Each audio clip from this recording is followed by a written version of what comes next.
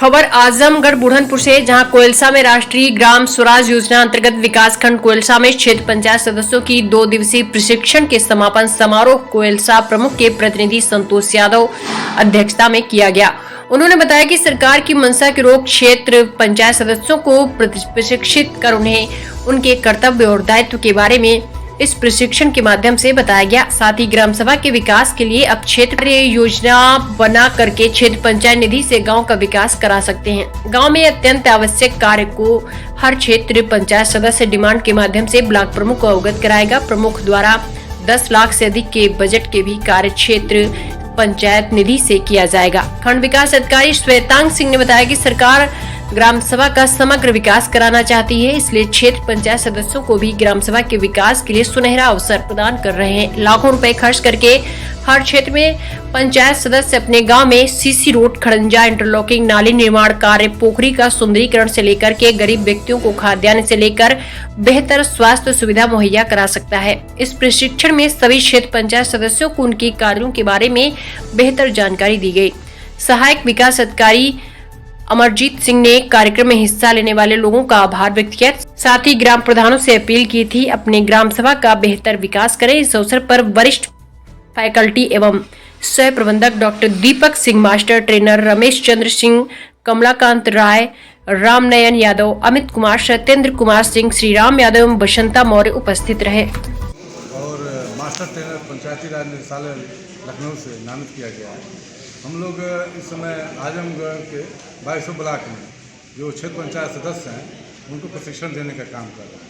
ये प्रशिक्षण का क्या मकसद है कि जैसे कि ये बिना प्रशिक्षण के अपने कार्य को नहीं कर सकते थे या इनके अधिकार को बताने का काम कर रहे हैं? इस प्रशिक्षण का क्या उद्देश्य है? सरकार क्यों चाहती है कि क्षेत्र पंचायत को प्रशिक्षित किया जाए? इसके पहले तो वो भी ऐसा नहीं हुआ।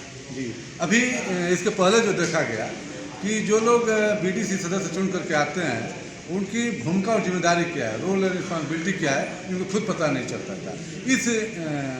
इसके लिए ये लोग नहीं जान पाते थे कि हम लोग क्यों चुना गया है, क्यों जो त्रिस्तरीय जो पंचायत बनी थी उसमें क्षेत्र पंचायत सदस्यों की भूमिका क्या है। तो इसको सरकार ने फिर गंभीरता से लिया और ये सोचा कि अगर इनको इनकी भूमिका के बारे में ही जानकारी नहीं रहेगी तो आगे क्या काम करेंगे। तो इस पर मंथन हुआ और एक मॉड्यूल तैयार किया गया कि 2 दिन में हम इनको क्षेत्र पंचायत की समितियां कितनी होती हैं, किन की समितियों का क्या काम है, बैठक कितनी होती है, बैठक का कोरम क्या होता है और कोरम के अभाव में कैसे स्थगित किया जाता है, एजेंडा क्या रहेगा, ये सब जो है इनको बताया जा रहा है।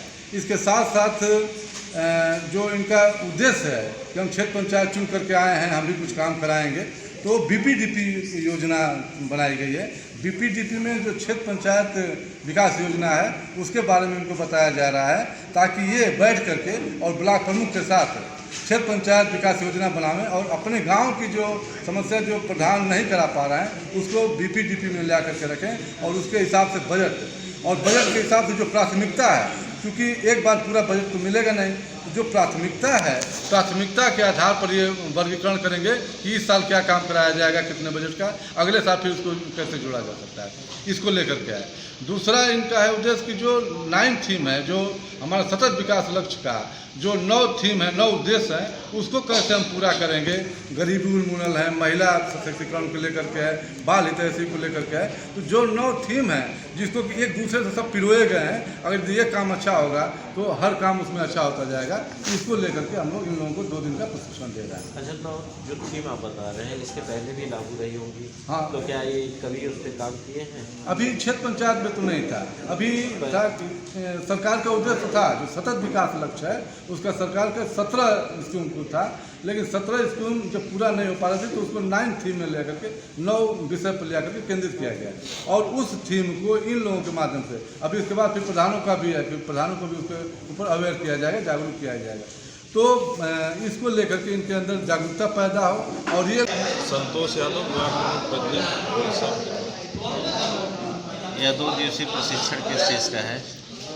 क्षेत्र पंचायत सदस्यों का 2 दिवसीय प्रशिक्षण शिविर चल रहा है कल से ही। मैं सर्वप्रथम माननीय मुख्यमंत्री योगी आदित्यनाथ जी को बधाई देना चाहता हूँ कि ऐसी जो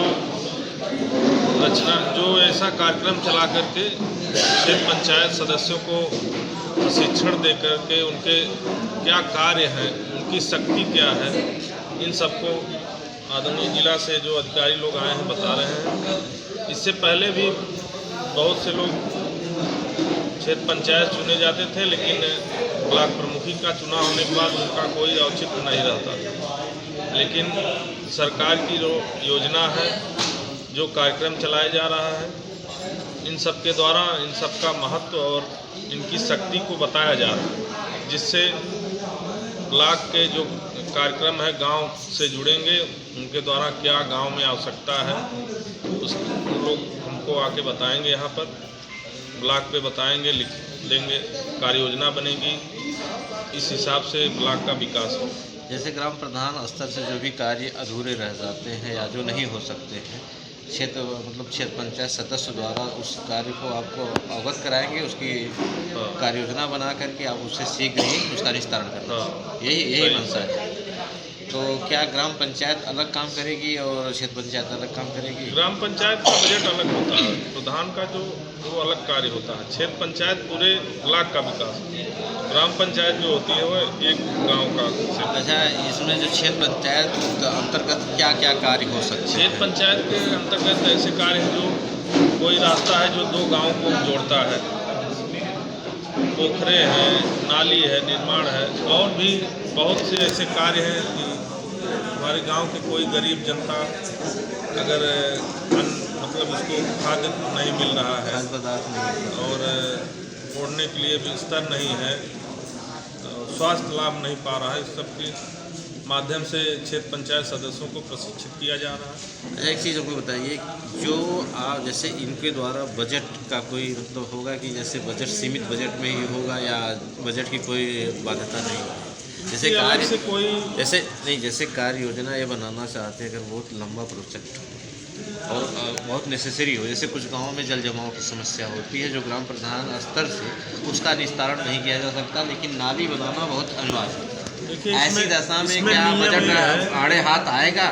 बजट जैसे का इसमें नियम यह है कि 10 लाख तक का कार्य हम अपने ब्लॉक के माध्यम से कर सकते हैं, 10 लाख, और उसके ऊपर अगर बजट जाता है तो उसका सेंसन हमें जिले से लेना पड़ेगा। नहीं तो आपके क्षेत्र पंचायत के ही माध्यम से हो जाएगा ना, मतलब 10 बजट तो क्षेत्र पंचायत का जो रहेगा वो तो क्लियर है। जैसे वृत्ति से अपने अधिकार से एक प्रमुख की हैसियत से, अगर इससे ज़्यादा आपको जिले से मतलब कि क्या 50 लाख का काम करा सकते हैं, करोड़ों का काम करा सकते हैं, ऐसा भी बजट रहेगा। अगर क्षेत्र बजट पंचायत में पंचम में 15वां में अगर बजट रहेगा तो उस हिसाब से काम होगा, लेकिन एक ही गांव में होगा नहीं, संभव नहीं है। जैसे काम बहुत ही नेसेसरी कुछ होते हैं ऐसे जिनका होना बहुत अत्यंत आवश्यक होता है कि उसको वहाँ हम लोग ध्यान में रखते हैं कि इस गांव में कौन सा काम ज़्यादा जरूरी है, उसको ध्यान में रखा जाता है। उस हिसाब से आप, जैसे हमारा यह नहीं मतलब था कि आप काम कहाँ करा रहे हैं, हम यह जानना चाहते थे आप कितना बजट खर्च कर सकते हैं। तो बताएं तो जितना बजट आता है उसी हिसाब से सब में बंटवारा करना पड़ता है। ये नहीं है कि पूरा एक सत्र का बजट हम एक ही गांव में लगा दें, ये भी नहीं किया, उसी हिसाब से जो किस्त आती है। अच्छा, इसमें आपके जैसे मतलब कि क्षेत्र पंचायत से सीसी रोड, खड़ंजा, इंटरलॉकिंग और अमृत सरोवर, नाली, मतलब ये सारी चीज़ें होती हैं। वही तो हमको लगता है ग्राम प्रधान, हाँ वही सेम है, लेकिन उनके पास पक्का बजट कम होता है। हाँ रहता है। दरअसल नरेगा से भी अब की बार तो सरकार इसमें भी नरेगा चालू करने जा रही है क्षेत्र पंचायत में, तो इससे कुछ लाभ होगा। चलिए ठीक है।